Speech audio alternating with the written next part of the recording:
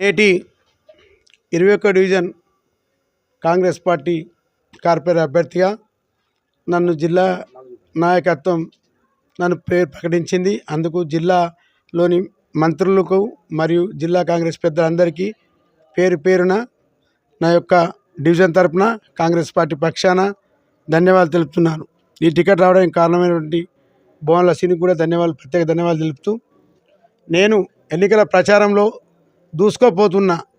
ఎందుకంటే నా డివిజన్ ప్రజలు నన్ను పూర్తి స్థాయిలో ఆశీర్వదిస్తూ, నా అక్క చెల్లెళ్ళు ఎక్కడికి పోయినా అన్నా గల్లీ గల్లీకి నువ్వు చేసిన పనులే నిన్ను గెలిపిస్తాయి అన్నా, నాకు ఈ మోరి కట్టించినావు, నీ ఇంటికి రాగానే నాకు ఈ కరెంటు స్తంభాలు తీయించినావు, కరెంటు స్తంభాలు ఒక 5 సంవత్సరాలు పెండింగ్ ఉన్న సమస్యను వితిన్ 13 రోజుల్లో చేసి నేను వాళ్ళ అక్కడ ఏరియా మనసులను వాళ్ళ మనసు దోచుకున్నా. ప్రతి గల్లీకి నేను చేసిన అభివృద్ధి కార్యక్రమంలో నన్ను భారీ మెజార్టీతో గెలిపిస్తాయని పూర్తి నమ్మకంగా ఉన్నా. ఎందుకంటే ఎక్కడికి పోయినా ప్రజలు బ్రహ్మరథం పడుతుర్రు. అన్నా నువ్వు వచ్చుడు అవసరం లేదు, మా బాధ్యత. ఒక సంవత్సరం నుండి నువ్వు కాలుకు బట్ట కట్టకుండా తిరిగినావు, అందుకు ఇప్పుడు మేము మా బాధ్యత. ఇప్పుడు నువ్వు తిరగకు, నువ్వు రెస్ట్ చేయి ఇంట్లో అంటే. ఎన్నికల సమయం కాబట్టి ఎన్నికల్లో ఆఖరి నిమిషం వరకు ప్రత్యర్థులు వేసే ఎత్తుగడలను తట్టుకోవాల్సి ఉంటుంది కాబట్టి అందులో భాగంగానే నేను ఎన్నికల ప్రచారం చేస్తున్నా. నా గెలుపు ఎప్పుడో ఖాయమైపోయింది. ఇవరకు అక్క చెల్లెలు అందరు చెప్పిర్రు, అన్నా నువ్వు మా కష్టాల్లో ఉన్నావు, ఒక సంవత్సరం నుండి ఇక్కడ డ్రైనేజ్ వ్యవస్థ ఉంది, ఆ వ్యవస్థను నువ్వు ఏ విధంగా కష్టమైనా ఎన్నికల ముందు చేస్తా అన్నావు, అది నెరవేర్చినవు. అందుకు మేమే కాదు, మా చుట్టాలకు మా స్నేహితులకు మనిషికి 10 ఓట్లు వేయించి నిన్ను అత్యధిక మెజార్టీతో గెలిపిస్తామని వేడుకుంటారు. ఇక నా మీద పోటీ చేసే అభ్యర్థులు ఇద్దరు గతంలో పలుమార్లు వాళ్ళు ఎన్నికయ్యారు, కానీ వాళ్ళు అక్రమ సంపాదించుకొని కోట్లకు అదుపదులయ్యారు. నేను మధ్యతరగతి నుండి కష్టపడి పైకి వచ్చిన, పేదరికం నుండి పైకి వచ్చిన, నేను వ్యవసాయ కూలి పని చేసుకున్నా, దుబాయ్లో కష్టపడి నేను నా కుటుంబాన్ని పోషించుకుంటూ ఇతర కుటుంబాలను అనేక మందికి ఉద్యోగ అవకాశాలు కల్పించిన, నేను దేవాలయాలు కట్టించిన, మసీదులకు అక్కడ వాళ్ళు ఎవరైతే మసీదుకు వారం పోవాలంటే అక్కడ దూరం ఉంటుంది, అది కూడా నేను చేసిన. వాళ్ళకు బస్ సౌకర్యం కల్పించిన, క్రిస్టియన్లకు బస్ సౌకర్యం కల్పించిన, అన్ని కులాలకు మతాలకు అతీతంగా ఏ ఒక్కరిని దేశించకుండా ప్రతి ఒక్కరికి సామరస్యంగా అందరితో తలనాలుగా ఉండి చేసిన. కావున డివిజన్ ప్రజలారా, స్థానికేతరులు వద్దు, స్థానికులే ముద్దు. స్థానికేతరులు వద్దు, స్థానికేతరులు వద్దు, లోకల్ ముద్దు, నాన్ లోకల్ వద్దు.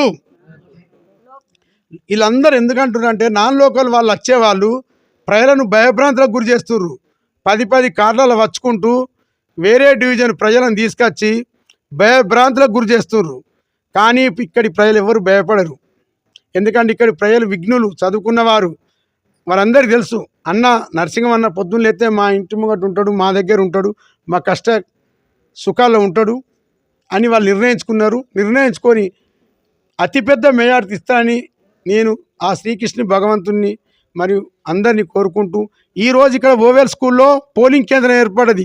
ఇదే పోలింగ్ కేంద్రం నుండి నేను కార్పొరేటర్ అభ్యర్థిగా పట్టా తీసుకోబోతున్నా మీ అందరి దయ వల్ల.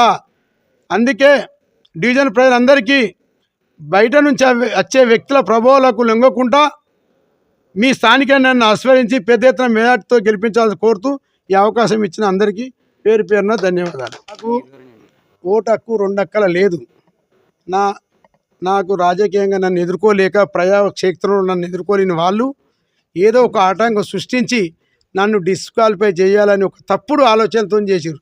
నేను గతంలోనే అక్కడ నా ఓటును తొలగించుకోబడ్డా, దానికి సంబంధించిన సర్టిఫికెట్లు ఎంఆర్ఓ నుండి తీసుకొని గౌరవ ఆర్టీఓ మన రిటర్నింగ్ ఆఫీసర్కు సబ్మిట్ చేయడం జరిగింది. దాన్ని పరిశీలించిన పిమ్మట రిటర్నింగ్ ఆఫీసర్ గారు నా యొక్క అభ్యర్థిత్వాన్ని అగ్రి చేయడం జరిగింది.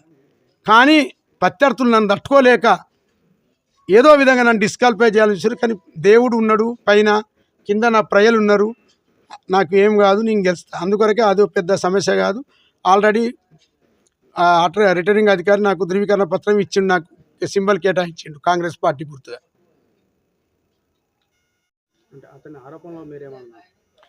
అవి ఓన్లీ రాజకీయ పరంగా ఆరోపణ. నన్ను ఎదుర్కోలేని వాళ్ళు ఏ విధంగా అయితే ఎవరైనా గట్టి ప్రత్యర్థి ఎవరైతే ఉన్నారో వాళ్ళ మీద ఏదో ఒకటి నిందలు వేస్తుంటారు. కానీ అది వాళ్ళకు కూడా తెలుసు ఇది వట్టి ఆరోపణ అని. ఆల్రెడీ దాన్ని గవర్నమెంట్ గుర్తించింది కదా ఇది అట్టి ఆరోపణ అని. అందుకొరకు నేను అభ్యర్థిగా మీ ముందుకు వచ్చిన కదా, దీనికి ఇంకేం కావాలి? సాక్ష్యం ఇదే సాక్ష్యం. నా అభ్యర్థత నిర్ధారించడమే ఇదే సాక్ష్యం. నర్సింగం పటేలు మాకు గత సంవత్సరం నుండి తెలుసు, అంతకుముందు కూడా తెలుసు. కానీ మా కాలనీలోనైతే వస్తాడు, మోరి గురించి చూసిండు, రోడ్డు గురించి చూసిండు, అన్ని శాంక్షన్ చేసిండు. కొన్ని కారణాల వలన ఆగింది, అది కూడా ఆయన చేస్తా అని మాకు మాట ఇచ్చిండు. మేము ఆయనను గెలిపించుకుంటాం. ఎందుకంటే పదవిలో లేకముందే ఎన్నో పనులు చేసిండని మేము చూసేస్తున్నాం అక్కడక్కడ. మాది కాలే, ఇంకా మాది కూడా చేయించుకుంటామన్న ధైర్యంతో ఆయనకు ఓటు వేసి గెలిపించుకుందామని మా కాలనీ అంతా ఒకటిగా ఉన్నాం. అది. Thank you. ఆ సంవత్సరం నుంచి తెలుసు. మా కాలనీకి ఏం కావాలన్నా కూడా వచ్చి చూస్తున్నారు, చేస్తా అని చెప్పేసి అని ఆమె మాట ఇస్తున్నారు. మాకు మోరీలు, రోడ్లు శాంక్షన్ చేయించిండ్రు. పైపులు కూడా వస్తాయి. ఈ ఎలక్షన్ లాగా కాబట్టి ఆగిపోయినాయి. ఇవి అయినాక తర్వాత ఫస్ట్ మాదే చేస్తామని చెప్పేసి అని మాట ఇచ్చారు అన్నయ్య గారు.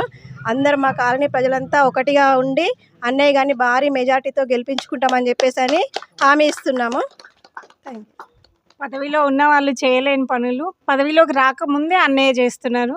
సో దీనివల్లనైతే అన్నయ్యని గెలిపించుకోవాలనుకుంటున్నాం, వరాల నరసింగం గారిని. Hi, this is Neha Shetty. Please subscribe to GK News. Hi everybody, subscribe to GK News.